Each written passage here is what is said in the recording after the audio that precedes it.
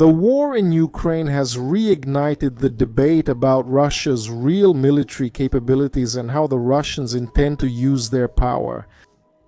But new doubts about the accuracy, scope, and usefulness of assessments of Russian military power have increased during the conflict. Instead of answering old doubts that existed about the Russians' military capability.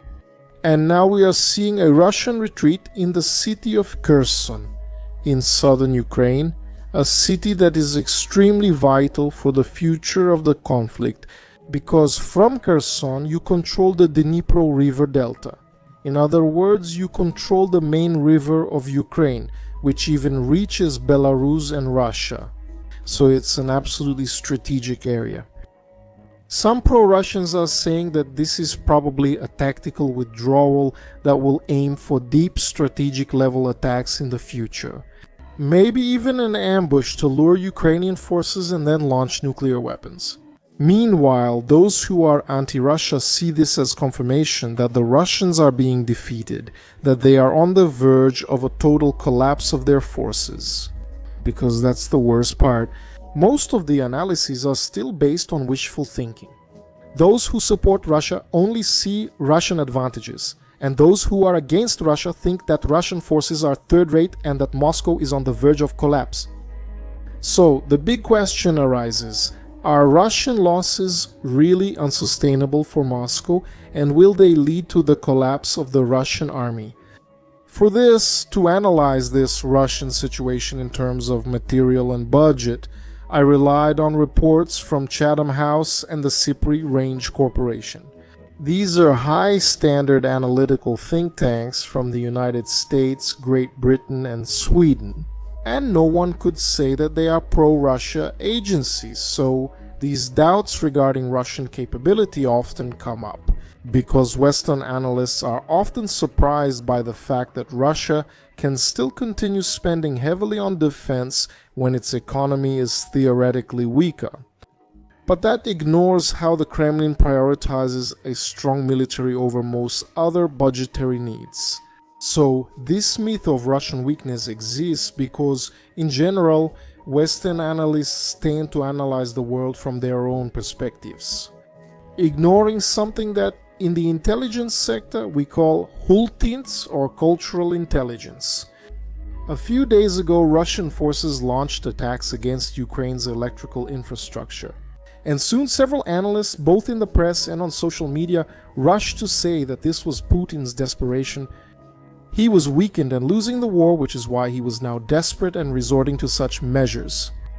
But not when we look at the psychological perspective of the Eastern European context, especially in Ukraine itself, in Russia, in the Balkans, and even in the Caucasus region, for example.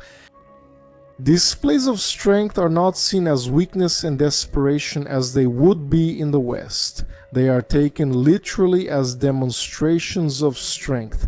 So, we need to be careful when making geopolitical and military analyses, keeping in mind the cultural and psychological interpretation of different peoples. This is often ignored by so-called experts. I'll give an interesting example. Here in the West, although the countries of the Europe-North America bloc don't consider us as Westerners, but anyway, it's common that when groups of politicians and businessmen walk together, the one with the highest rank goes in front, and for example, enters meeting rooms first, followed by their subordinates. But in some cultures in North Africa and the Middle East, it's the opposite.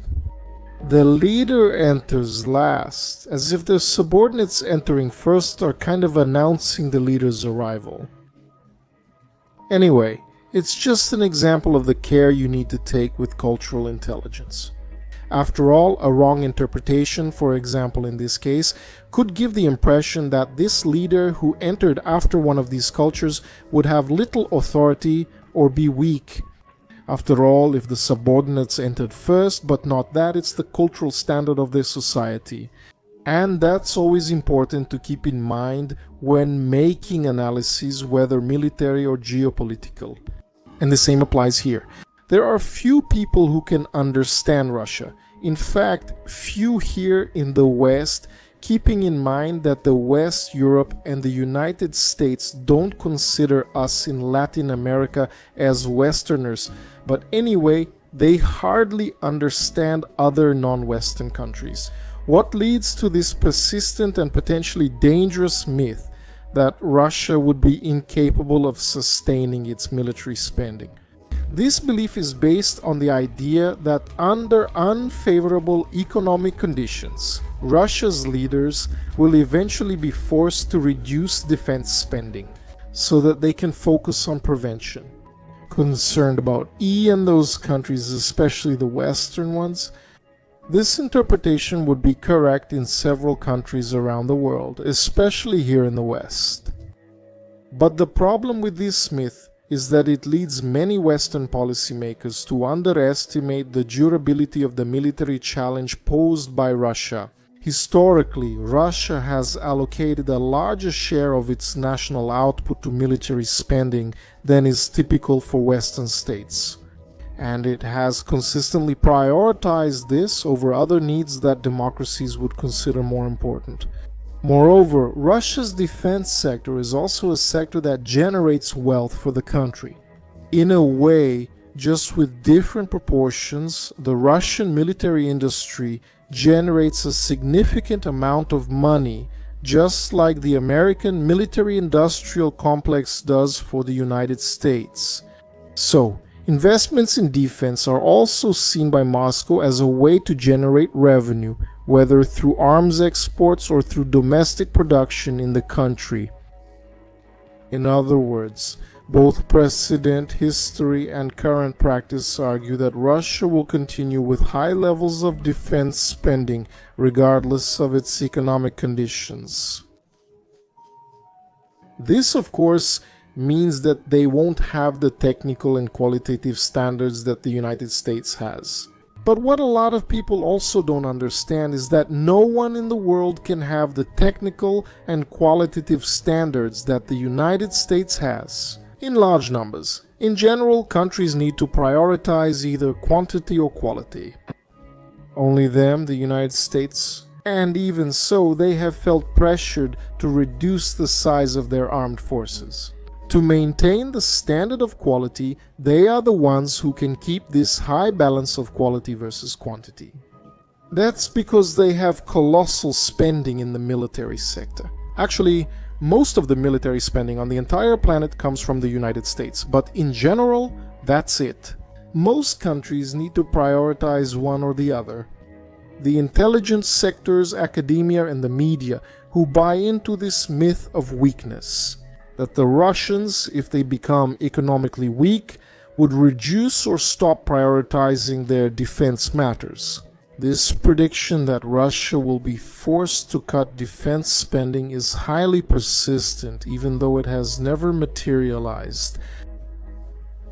This view usually becomes popular whenever Russia experiences some economic slowdown, as happened in 2015 after the collapse of oil prices at the end of 2014, and again in 2020 when global economic output plummeted as a result of the pandemic. And in general, every time they fall into the same mistakes. In practice, the share of wealth that the Kremlin allocates to defense spending would be between 4% and 5% of gross domestic product. It has been, on average, significantly higher than in most other countries over the past 3 decades. Even when economic times are tough, defense spending is rarely cut. And there's a reason for that, which is your cultural issue. The issue of the high political importance that Moscow attaches to maintaining a theoretically strong army. The weight of defense costs is more often seen as a share of gross domestic product, but it can also be expressed as a share of government spending, although that's not as common. Thus, the size of defense costs is a political choice and is shaped by the government and the population of a given country.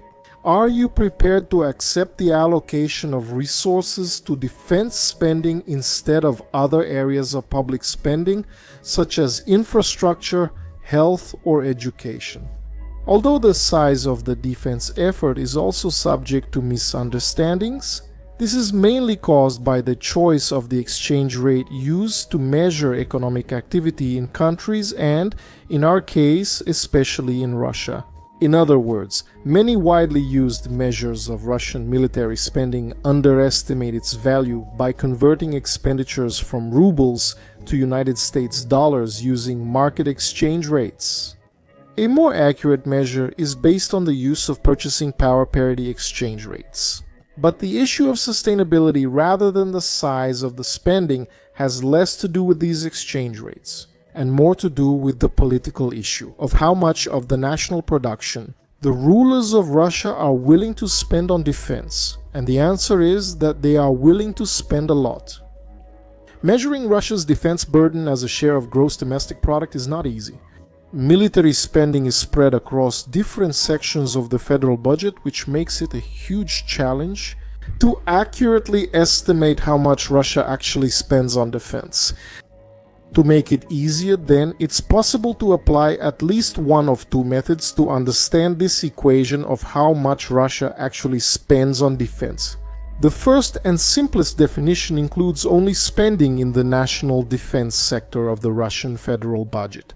This includes spending on procurement, salaries, housing, training and exercises, operational costs, personnel, construction, development and production of nuclear weapons by the Russian state company Rosatom. Most of the spending in this regard is carried out by the Ministry of Defense.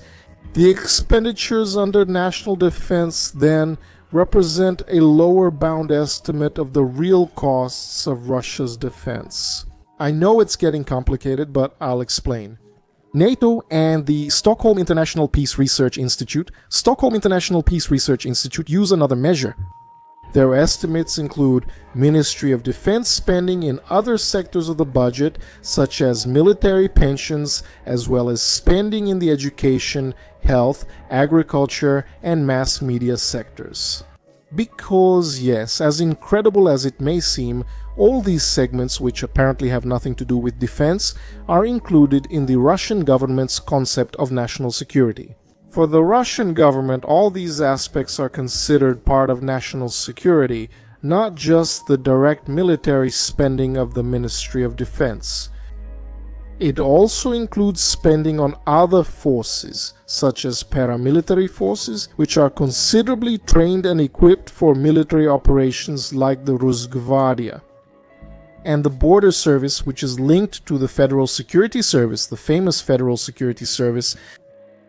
Collectively, these areas of spending, along with national defense spending, would represent a more realistic definition of the defense spending that Russia has in the defense sector. In practice, Russian defense spending is even higher than what is officially presented. Other parts of the budget are used to finance defense and related projects. There is also evidence that the numbers in the budget hide a significant portion of hidden spending on Russian national security. If we take the Stockholm International Peace Research Institute measures of defense spending, it becomes clear that Russia is prepared to tolerate a much greater burden than almost all NATO members except for the United States itself. This was true even in the 1990s when Russia was going through a deep economic crisis. At the time, everyone thought it would collapse. At that time, when living standards plummeted and the state itself went through several serious financial crises, when it seemed like Russia was on the verge of collapse. Defense spending never fell below 2.7% of gross domestic product. Once Russia overcame the economic turmoil of the 1990s and began to be aided by better economic management under the Putin government. And with the rise in oil prices, the defense burden began to increase. This became clear in the 2010s when Russia began a series of ambitious military modernization programs. As procurement spending increased, the defense burden increased. It reached a post-Soviet peak in 2016 and from there decreased. But still, it remains higher than in most major countries. And remember that this happened precisely at a time when Russia began to suffer heavy Western sanctions. Of course, not as high as now, but they already indicated that they would affect the Russian economy, and at a time when oil prices were extremely volatile. At the peak, or during the downturn, Moscow's commitments to military spending remained unchanged. It's impressive that, despite Russia having faced economic difficulties, much greater and much deeper than those faced by other NATO countries, in the last 3 decades, the Russians have always managed to allocate an average share of their wealth to defense, around 3.8% of their gross domestic product, about the same as the United States itself, which is 3.9%, and that's proof. A much higher average proportion than that of China, which is 1.8%. What we can understand from this should be that no matter how much economic hardship the country suffers, Russia, the Moscow leadership has generally gathered enough resources to maintain a large army, despite the overwhelming evidence of corruption in the Russian state, especially at the top of the military. Even so, several countries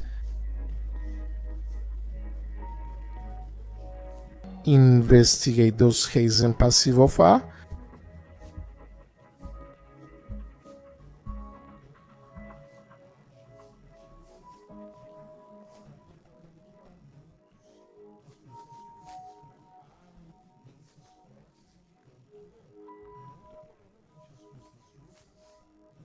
Why could it be? All these reports from various research and intelligence agencies were likely wrong. But it could be that they were saving it for a possible military escalation, a much bigger war situation. So they would be saving a lot of their equipment. It's hard to say if these agencies were wrong or if the Russian government was wrong. It's still early, but there is strong evidence indicating that there is no shortage of military resources, no shortage of equipment, ammunition, and so on.